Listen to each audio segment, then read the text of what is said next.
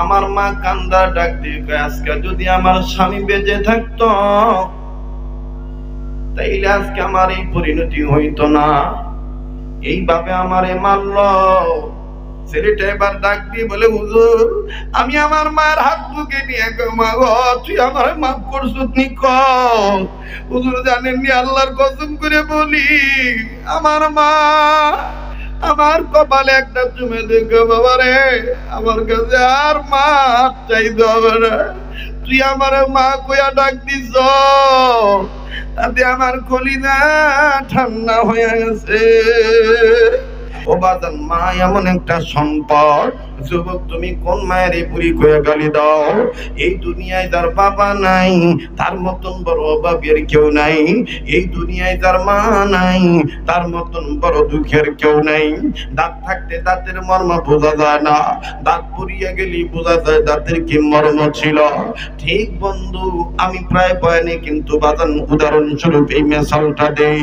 For example, একটু বাজান খেয়াল করবেন, আজকে তোমার আমার বাবা মা বেঁচে আছে, তাই তুমি আমি বাপ মাকে যা ইচ্ছা তাই বলি, বুড়া বলি বুড়ি বলি, ধমক দিয়ে কথা বলি, চোখ রাঙায় কথা বলি। কিন্তু ভাইজান, যেই ভাইয়াটার বাবা নাই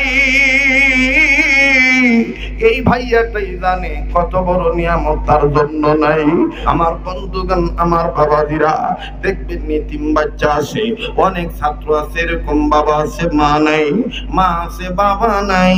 দেখবেন এই ছাত্রদের সাথে আপনি মিশে দেখবেন, এদেরকে যত কিছু দেন এরা খুশি হবে, কিন্তু বাজান দিন শেষে এদের মনে একটা দুঃখ। এদের যাদের বাবা নাই তারা জানে আমার বন্ধুগণ কত বড় অভিভাবক শূন্য। উদাহরণস্বরূপ বলি, প্রতিদিনের ন্যায় একদিন আমার বন্ধুগণ নিজ মাদ্রাসায় আসর নামাজ পড়িয়া বারান্দায় দাঁড়াইয়া দাঁড়াইয়া বাচ্চাদের খেলা দেখতেছি, নিজ মাদ্রাসার ছাত্রদের খেলা দেখতেছি, খুব ভালো লাগতেছিল দৃশ্য। হঠাৎ করে মেন গেটের দিকে নজর দিলাম, রাস্তা সংলগ্ন মাদ্রাসা। আমার বন্ধুগণ মেন গেটের দিকে নজর দেওয়ার ফলে নজরে ধরে বলল, একজন বাবা হাতে একটা ব্যাগ নিয়ে দাঁড়ায় আছে, আর ভিতরে উকি ঝুঁকি মারতেছে। কখন আমার বন্ধুগণ, কোথায় আমার সন্তান, কোন ছেলেটার বাবা, এটা কিন্তু আমার জানা নাই। ভালো করে খেয়াল করে দেখলাম, আমার বন্ধুগণ ব্যাগটার মধ্যে চানাচুরের প্যাকেট দেখা যায়, বিস্কিটের প্যাকেট দেখা যায়, আপেল কমলা আঙ্গুর বেদানা দেখা যায়, কিন্তু কার বাবা এটা কিন্তু আমার চেনা নাই।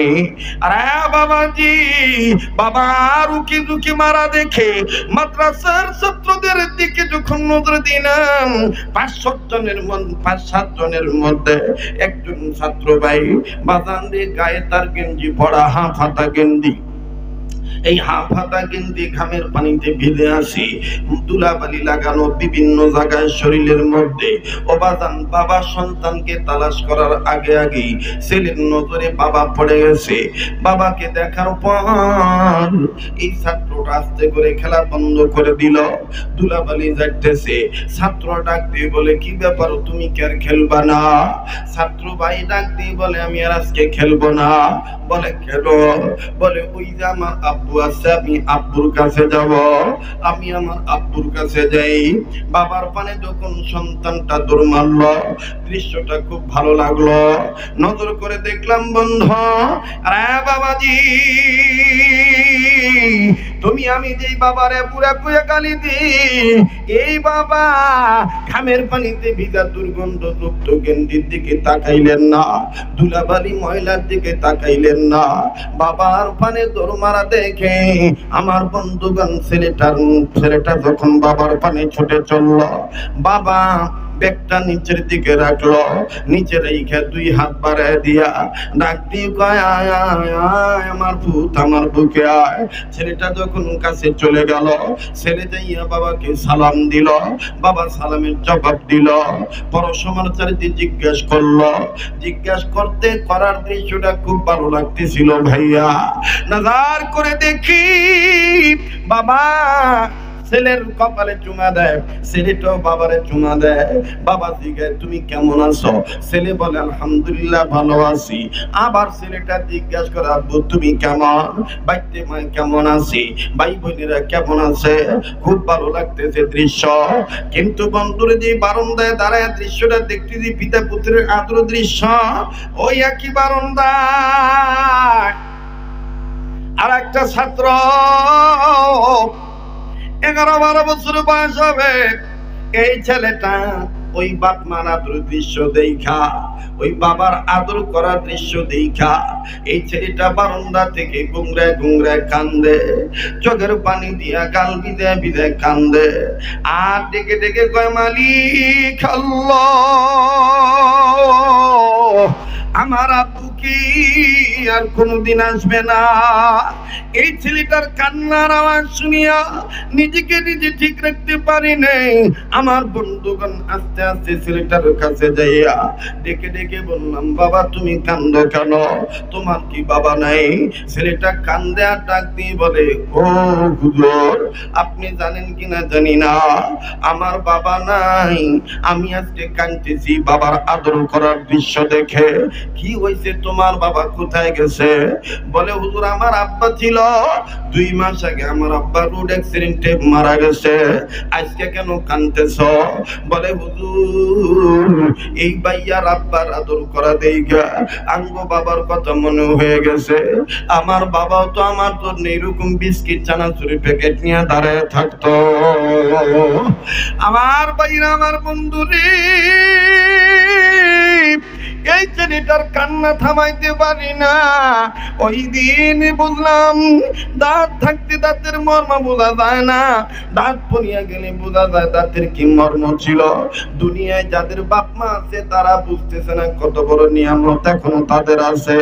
যাদের বাপ মা নাই তারাই জানে কত বড় নিয়ামত নাই।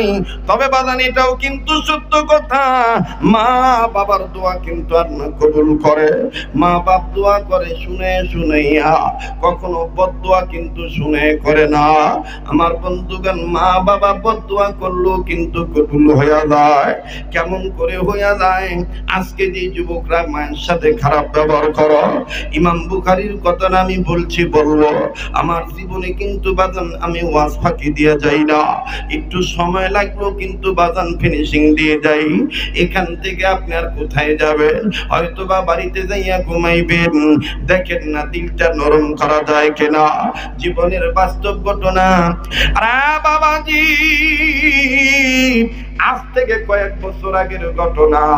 ওই সময় গাড়ি ছিল না, পার্সোনাল গাড়ি ছিল না, বাসে করে যেহেতু দূর দূরান্ত যাইতাম মাহফিল করার জন্য।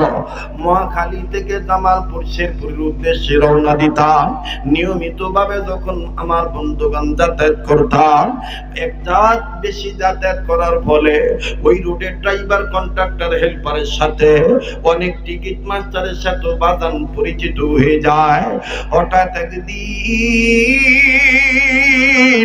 আমার বন্ধুগণ 6 মাস আগে যে ড্রাইভারকে ভালো দেখেছি, এই ড্রাইভারটা দেখে গেটের কাছে দাঁড়াইয়া, বাসের গেটের কাছে দাঁড়াইয়া টিকিট চেক করতেছে, যাত্রীদেরকে উঠাইতেছে।